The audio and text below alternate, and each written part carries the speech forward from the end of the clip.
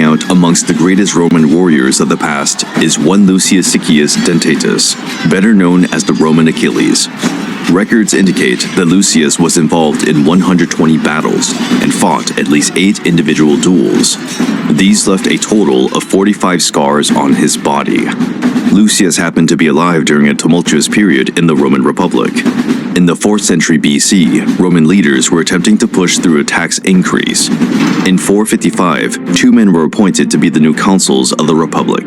Titus Romilius and Gaius Veturius took charge of Rome during a turbulent moment, with the patricians and plebeians at odds with each other.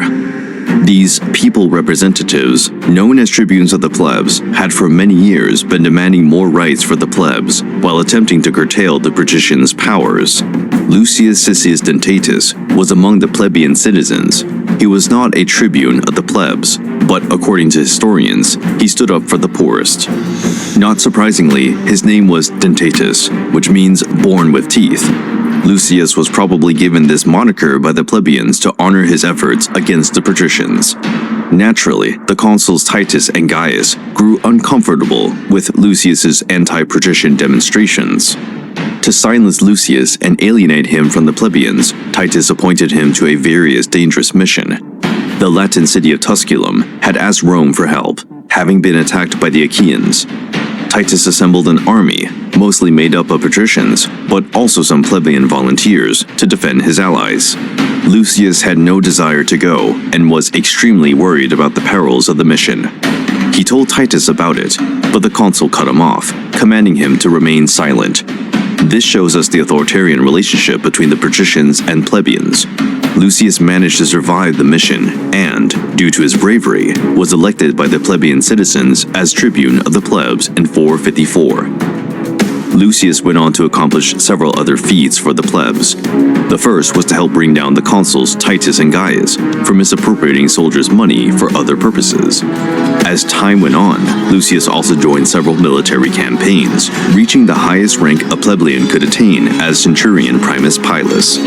Roman historians claim that Lucius was awarded several military honors: 13 Haste Purae, a merit award; 25 Falerae, a sculpted medal bestowed on soldiers who had conducted themselves remarkably in combat; 160 Armilla, an armband granted to soldiers for exceptional bravery; 35 torques, gold rings worn around the neck and given only to elite Roman Republic units.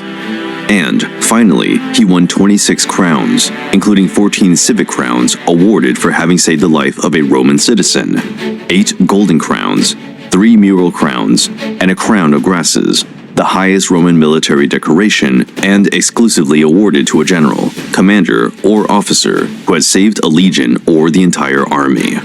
On top of all these achievements, records indicate that Lucius was involved in 120 battles and engaged in at least 8 individual duels. These battles scarred his body 45 times in total.